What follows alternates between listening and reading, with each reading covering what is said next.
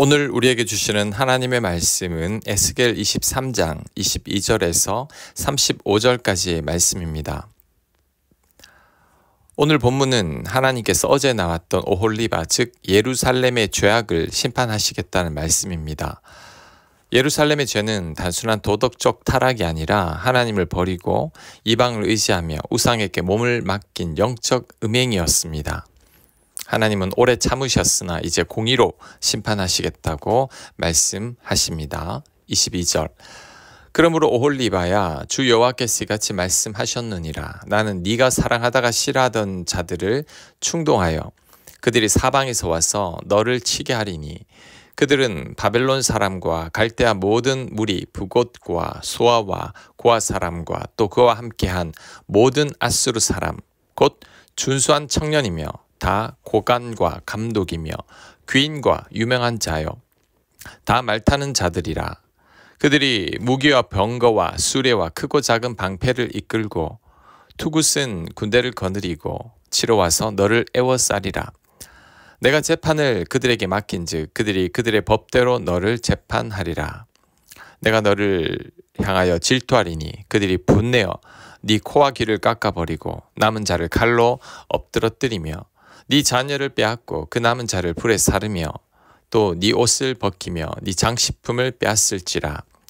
이와 같이 내가 네 음란과 애굽 땅에서부터 행음하던 것을 그치게 하여 너로 그들을 향하여 눈을 들지도 못하게 하며 다시는 애굽을 기억하지도 못하게 하리라.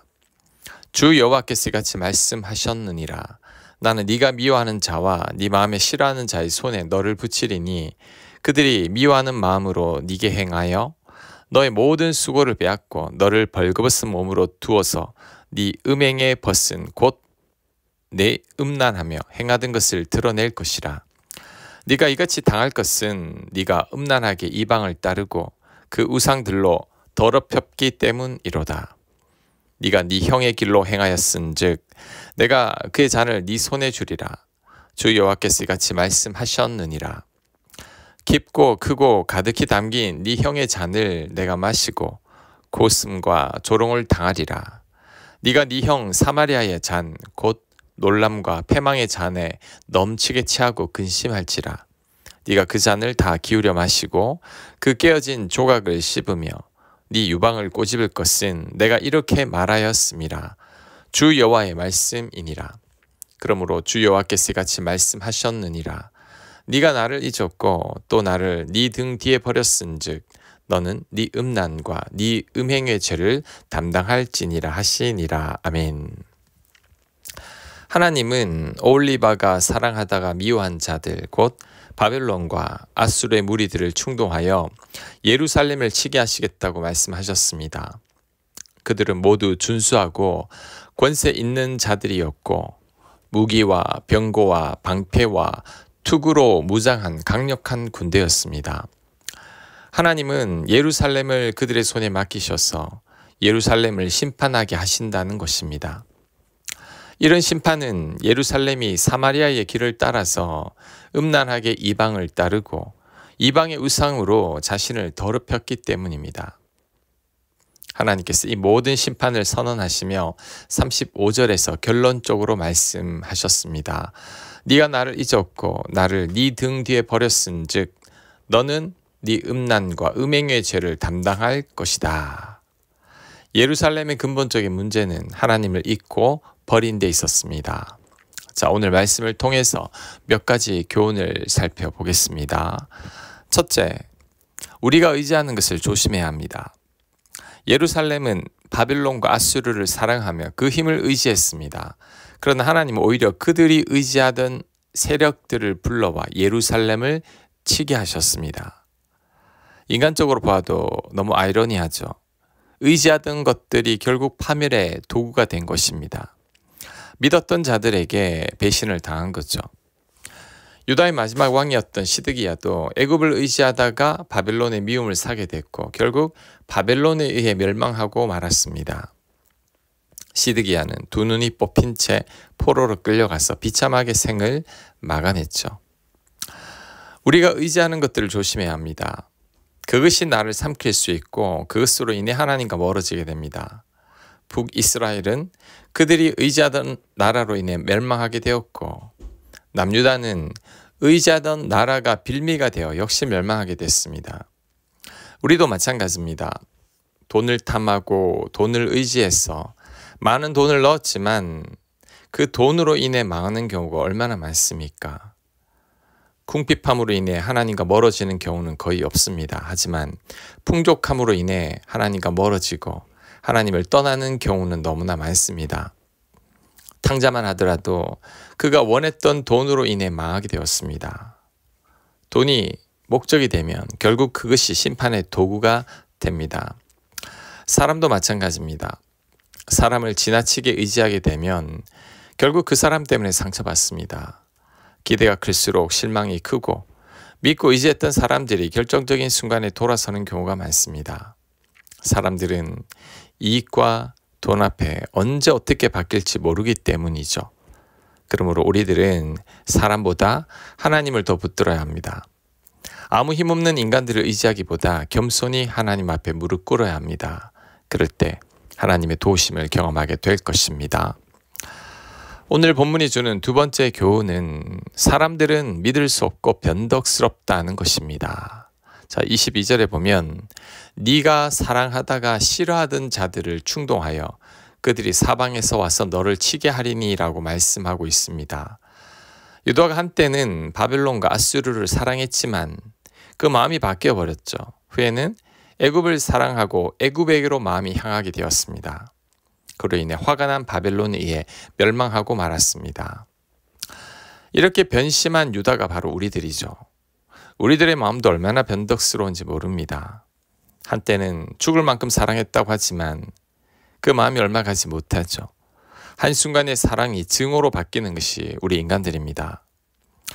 다윗의 아들 암논은 압살롬의 여동생 다말을 사랑하여 상사병에 걸릴 정도였죠. 하지만 자신의 욕정을 채운 후에는 다말을 무자비하게 쫓아낼 정도로 마음이 변해버렸습니다. 참으로 믿을 수 없는 게 인간의 마음이죠. 사울만 하더라도 다윗을 가장 사랑하고 아꼈습니다. 하지만 그 다윗이 백성들의 인기를 차지하자 다윗을 원수로 여기고 일평생 다윗을 죽이기 위해 혈안이 되어 있었죠. 사람 마음이 이렇게 바뀌는 겁니다.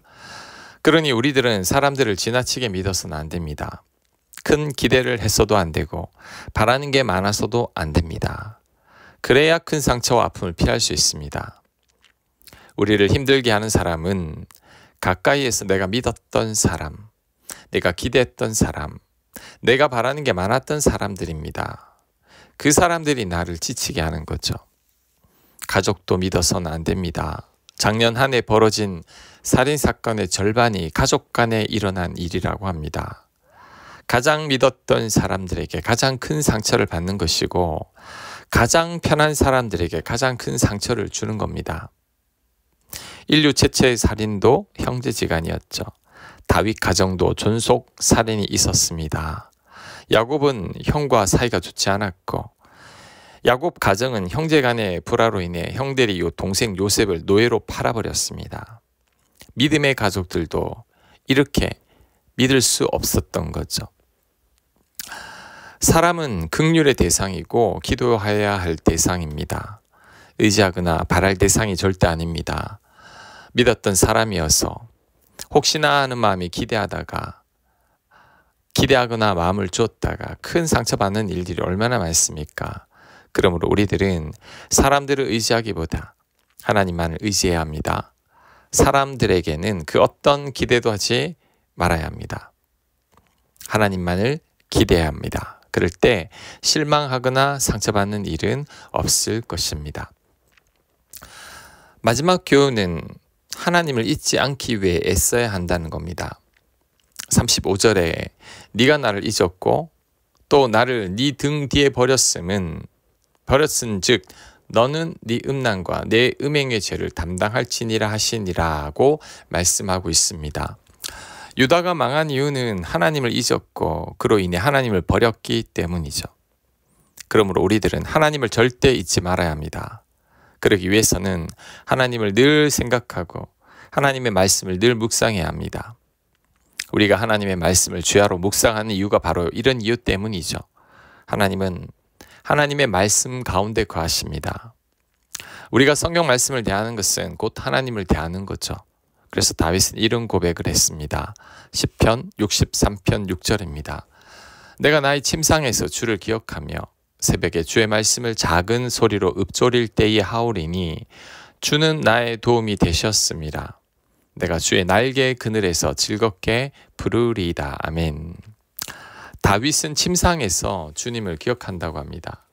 새벽에 주의 말씀을 읊조리며 하나님을 생각하는 것이죠. 그랬더니 주가 다윗의 도움이 되셨다는 것을 느끼고 있는 것입니다. 그래서 주님을 즐겁게 노래하는 거죠. 우리는 하나님을 기억해야 합니다. 기억이 곧 믿음입니다. 하나님을 기억하며 실패할 때 믿음이 떨어집니다. 반대로 하나님을 늘 기억하고 있을 때 우리들의 믿음도 강해집니다. 영적인 침체는 내 곁에 거하시는 하나님을 느끼지 못하는 거죠. 늘 함께 하시는 하나님을 기억할 때 이런 침체도 충분히 극복할 수 있는 것입니다. 하나님께서 여호수아에게 율법책을 주야로 묵상하고 그 가운데 기록된 대로 다 지키라고 하신 이유는 결국 잊지 않게 하기 위함입니다. 하나님을 잘 기억하게 하기 위함인 거죠. 그러니 우리들은 하나님을 잊지 않기 위해 애쓰고 노력해야 합니다. 그럴 때 하나님과 멀어지는 일은 없을 것입니다. 아멘. 하나님을 잊지 않게 하여 주옵소서. 늘 하나님을 기억하고 하나님을 묵상하며 살게 하시고 의지할 대상이 아닌 인간들 바라보지 않게 하여 주옵소서. 주님만을 의지할 수 있도록 역사하여 주시옵소서. 예수님 이름으로 기도합니다. 아멘.